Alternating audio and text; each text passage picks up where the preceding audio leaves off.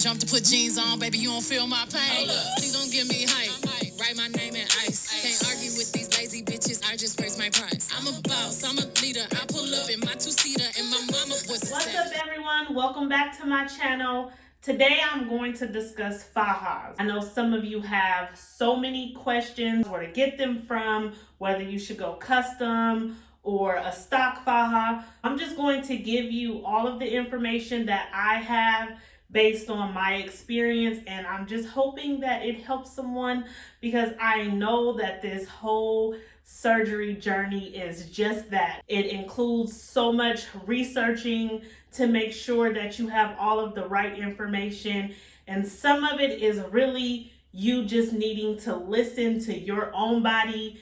What you do may be different from someone else. What works for you may not work for someone else, and vice versa. You just want to make sure that you have as much information as possible along this journey. Let's start with the stock Fajas. Stock Fajas come in like small, medium, large, extra large, and so forth. You can order them from places like Amazon, which I've seen to be the most popular. Stock Fajas are also offered in different compression levels, light compression to a heavy compression. Stock Fajas may or may not fit. One of the things that I notice people don't like about the stock Fajas is that they compress the butt and the hips, and a lot of people try to stay away from that, because the part that you want to compress the most during this process is your stomach, your back, the mid area. You had fat transferred to your hips or your butt. Of course, you don't want to compress that. You want that to be able to look nice and voluptuous, and you don't want the Faja to ruin your results. The only benefit to the stock Fajas is that they're not as expensive as a custom Faja. That's it on the stock Fajas. They're very simple. You order it, it fit or it doesn't. But the custom Fajas, they are made to fit your exact measurements. The companies will ask for your measurements, your bust, your waist, your hips, your thighs, your torso. You would send the company all of those measurements, and then they would make a Faja tailored to your specific measurements. Now, with that being said, a lot of the custom Faja companies take a while to get it to you because it has to go through production. You may order a custom Faja and not get it for 3 or 4 weeks after you've ordered it, and then maybe you've gotten smaller in that process. You may need to get it tailored once it gets to you, which sucks, but it could happen. I mean, it doesn't suck technically. You want the waist to keep shrinking. The custom Fajas are a little bit more expensive.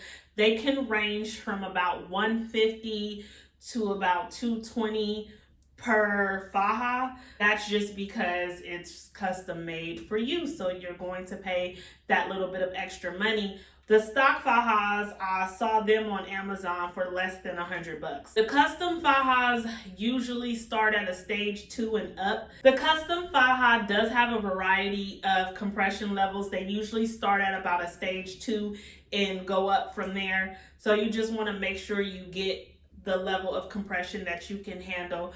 But also, there will be recommendations on the Faja website that will tell you when and what time frame you should switch from a stage 2 to a stage 3 or whatever, if that's something you're interested in doing. Just know that the whole Faja game can get pricey. I started with a stage 1, woke up from surgery in my stage 1 Faja, right? And that Faja was a size extra large. I wore that Faja for 1 complete day until my post-op appointment. I had to take the Faja off for my post-op appointment and for my first massage. When I got back to the recovery house and they washed my Faja for me, I was able to take my shower. When I went to try to get that Faja back on, I was so swollen that it hurt literally to try to pull it up over my butt, my hips. It was terrible. Luckily, the recovery house that I stayed at, they also sold Fajas. I bought an extra stage 1 from them. And doing that, I ended up having to get like a 4X because everything else I just could not get on. 3 days post-op, I was able to get back into that extra large, and I was just alternating between the two. Now, obviously, one was a little bit more tighter than the other one, but I did have boards and foams to help with the compression. Once I made it back home from Miami, after my first week, I stayed in my stage 1. I started taking them to the cleaners probably about 2 weeks post-op to start getting them altered. Now, the alterations can get pricey. The cleaners that I went to, they charged me about $23 an alteration. I altered my stage 1 faja 3 times each during the process. I did not switch to my stage 2 until I was 8 weeks post-op, which is actually a little long. I didn't order it until like 4 weeks post-op, and then it took about 3 to 4 weeks to get to me. I'm not recommending that you do that, but I also don't think there's a problem with it either. Some people stay in their stage 1 just for the first week or 2 weeks. I see some even 3 weeks, and then they switch to their stage 2. With anything during this process, I say listen to your body, because the stage 2 does offer a high level of compression. If you do order your stage 2 very early on, you can try it out and see how it works for you. I stayed in my stage 1 until I was 8 weeks, but I wore boards and foams the whole time. I also doubled up on my foams. I put 2 foams on the side, I had 2 foams in the back, I had 1 foam in the front, and then I had a board in the front, and I had side boards in. I never wore a backboard. I wore my boards, my foams, and my faja basically 20 hours out of the day, every day for those 8 weeks. Whether you switch into your stage 2 or you stay in a stage 1, just make sure you're compressing to your body's need. And when I say that, I mean because you can feel it. When you take your faja and your boards and your foams off and your skin starts to get tight and tingly, that's the swelling taking place.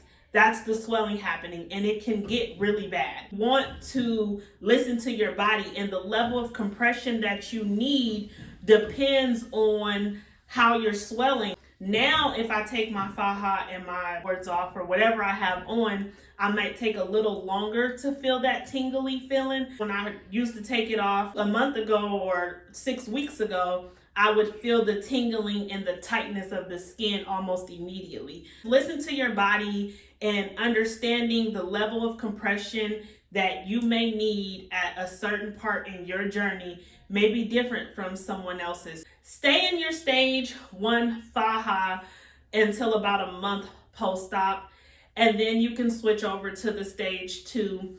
Keep your boards and your foams in as long as you can. At 3 months, no, I do not wear my foams anymore, but I do still wear my ab board. I don't wear the side boards anymore, but I do have a different type of compression method that I'm using now, and I will also share that with you all more towards the end of this video. I've been told that you can compress too much too early, so be careful with that as well.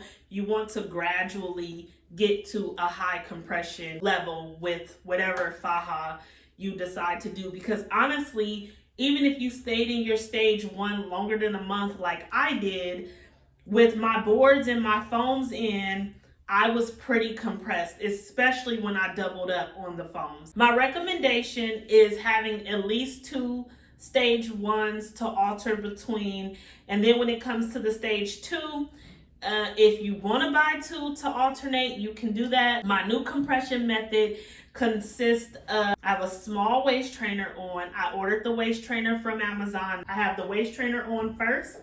I have my board in, my ab board, and then I have my faja on over it. I know some of you are wondering, how long do you wear the faja? I say another listen to your body type of thing. If you still feel swelling, you still feel the tingling, the sensitivity of the skin and all of that, that means you are still dealing with swelling and you need to compress. compressing actually relieves some of that pain you're feeling from the swelling. I say continue to compress and wear your faja until you no longer feel that. Some people wear their fajas for 6 months to a year post-op.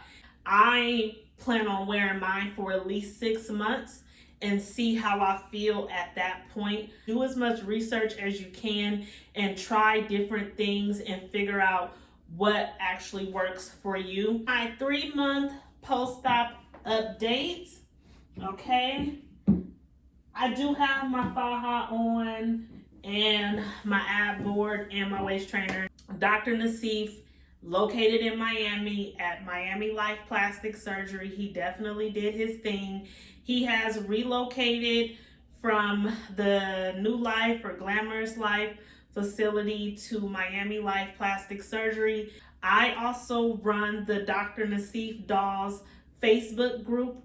You can join that group to get some of the results pictures, and the group is all about positivity and motivating each other and sharing our personal journeys. If you are interested in getting more information on the doctor, feel free to send a request to the group.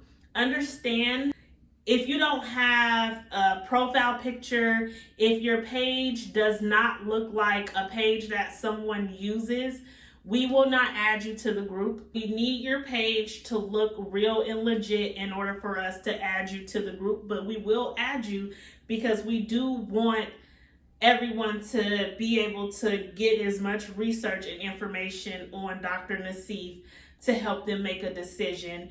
We do have some consultants in the group that can help you with booking your date and putting down your deposit, and I absolutely love my results.